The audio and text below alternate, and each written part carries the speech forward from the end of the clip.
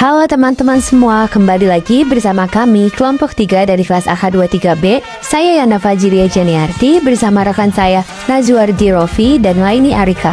Pada video pembelajaran kali ini kita akan membahas tentang PPh pasal 24. Simak penjelasannya ya. PPh pasal 24 adalah salah satu ketentuan krusial dalam pajak penghasilan di Indonesia yang mengatur mekanisme kredit pajak luar negeri. Tujuannya adalah untuk mengeliminasi atau setidaknya memitigasi dampak pemajakan berganda yang dapat terjadi ketika suatu penghasilan dikenakan pajak di negara sumber dan juga di negara domisili. Dasar Hukum Penekanan Detail Undang-Undang Nomor 7 Tahun 1983 tentang Pajak Penghasilan UU PPh sebagaimana telah beberapa kali diubah, terakhir dengan Undang-Undang Nomor 7 Tahun 2021 tentang Harmonisasi Peraturan Perpajakan UU PPh. PPh pasal 24 secara spesifik diatur dalam pasal 24 UU PPh. Peraturan Pemerintah PP Nomor 94 Tahun 2010 tentang penghitungan penghasilan kena pajak dan pelunasan pajak penghasilan dalam tahun-tahun berjalan.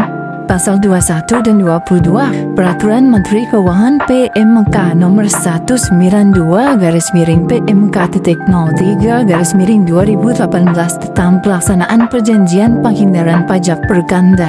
Peraturan Direktur Jenderal Pajak terkait yang seringkali mengatur prosedur administrasi yang lebih rinci, misalnya tata cara pengajuan permohonan. Subjek PPh pasal 24, wajib pajak dalam negeri yang memperoleh penghasilan dari luar negeri dan atas penghasilan tersebut telah dipotong atau dibayar pajak di luar negeri.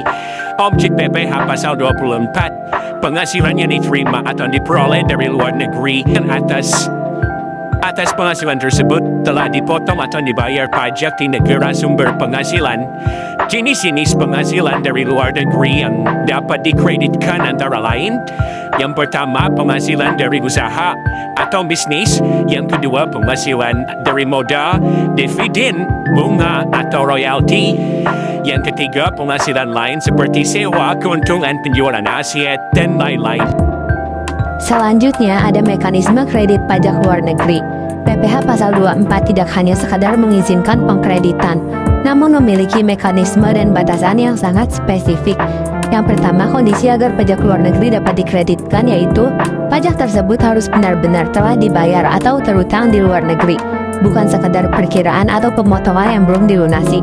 Penghasilan yang dikenakan pajak di luar negeri tersebut harus merupakan objek pajak di Indonesia. Jika penghasilan tersebut dikecualikan dari objek pajak di Indonesia, maka pajak luar negerinya tidak dapat dikreditkan. Wajib pajak harus memiliki bukti pembayaran pajak yang sah dari otoritas pajak negara sumber. Yang kedua, metode kredit pajak atau Ordinary Credit Method. Indonesia menganut sistem Ordinary Credit Method, artinya pajak yang dibayar di luar negeri dapat dikreditkan, namun tidak boleh melebihi PPh terutang atas penghasilan tersebut menurut perhitungan PPh Indonesia. Jika pajak luar negeri lebih besar, selisihnya hangus. Batasan kredit pajak luar negeri, detail perhitungan dan penentuan. Perhitungan batasan ini adalah inti dari PPh pasal 24. Ada 3 batasan yang harus dipertimbangkan dan diambil yang paling kecil.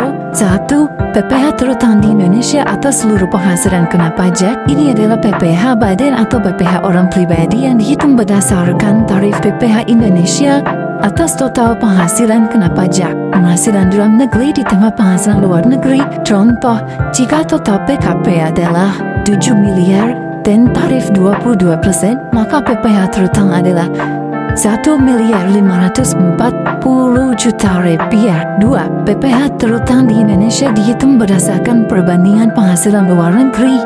Ini adalah batasan yang paling sering disebut. Rumusnya adalah batas maksimal kredit sama dengan PPh terutang di Indonesia dikali seluruh penghasilan neto dari luar negeri. Penghasilan neto dari luar negeri adalah penghasilan bruto dari luar negeri dikurangi biaya-biaya yang terkait dengan perolehan penghasilan tersebut sesuai standar perpajakan di Indonesia. Jika terdapat perbedaan dalam perhitungan biaya antara negara sumber dan Indonesia, yang dipakai adalah perhitungan menurut peraturan perpajakan Indonesia. Seluruh penghasilan neto adalah total penghasilan neto dari dalam negeri ditambah penghasilan neto dari luar negeri. 3. Pajak sesungguhnya dibayar atau terutang di luar negeri adalah jumlah pajak yang dibayar atau terutang secara real di negara sumber penghasilan. Batasan akhir kredit PPH pasal 24 adalah nilai yang paling kecil dari ketiga batasan di atas. Tata cara penggunaan kredit pajak luar negeri menurut prosedur administratif. Yang pertama, pengajuan permohonan. Yang kedua, waktu pengajuan. Yang ketiga, dokumen pendukung wajib. Yang keempat, koreksi penghasilan luar negeri. Contoh 1. PT Maju Jaya memperoleh penghasilan neto dalam negeri sebesar 5 miliar rupiah dan penghasilan neto dari usaha di Singapura sebesar 2 miliar rupiah. Pajak telah dibayar di Singapura adalah 400 juta rupiah. Informasi tambahan, tarif PPH badan di Indonesia 22% sesuai UU HBP tahun 2022. Langkah perhitungan. Yang pertama, hitung total penghasilan kena pajak, yaitu 5 miliar ditambah 2 miliar jadi 7 miliar. Yang kedua, hitung PPH terutang di Indonesia, yaitu 7 miliar dikali 22%, jadinya 1 miliar 540 juta. Yang ketiga, hitung batasan maksimal kredit pajak luar negeri. Berdasarkan perhitungan nomor 3 di sini, didapatkan hasil 440 juta rupiah. Terus yang keempat, tentukan jumlah kredit pajak luar negeri yang dapat dimanfaatkan. Pajak yang dibayar di Singapura 400 juta, batasan maksimalnya 440 juta. Karena pajak yang dibayar di Singapura 400 juta lebih kecil dari batas juta rupiah. Terus yang keempat, tentukan jumlah kredit pajak luar negeri yang dapat dimanfaatkan. Pajak yang dibayar di Singapura 400 juta, batasan maksimalnya 440 juta. Karena pajak yang dibayar di Singapura 400 juta lebih kecil dari batasan maksimal, maka seluruh pajak yang dibayar di Singapura dapat dikreditkan. Kredit pajak luar negeri sama dengan 400 juta rupiah.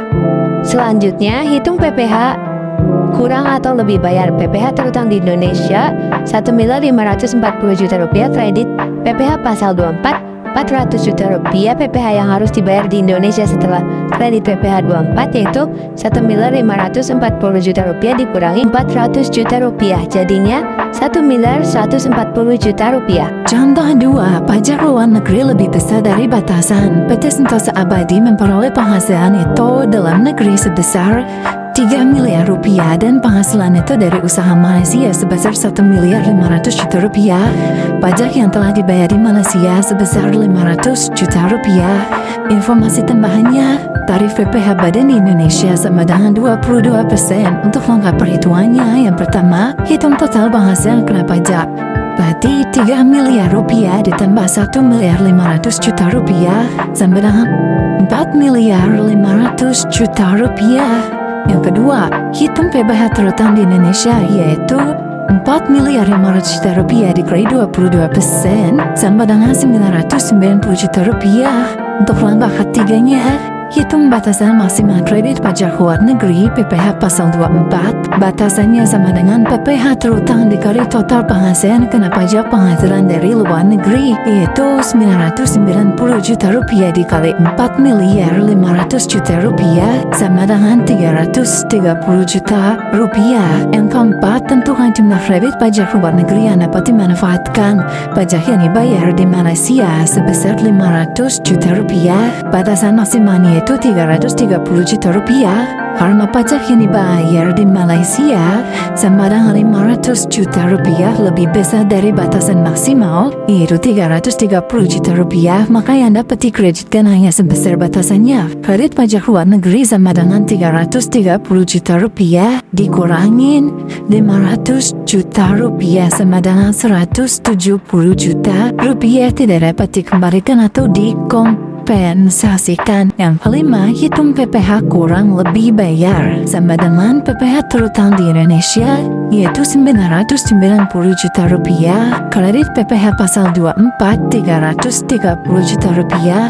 PPH yang harus dibayar di Indonesia setelah kredit PPH 24 yaitu 990 juta rupiah dikurangi 330 juta rupiah sama dengan 660 juta rupiah. Pentingnya perjanjian penghindaran pajak berganda P3B.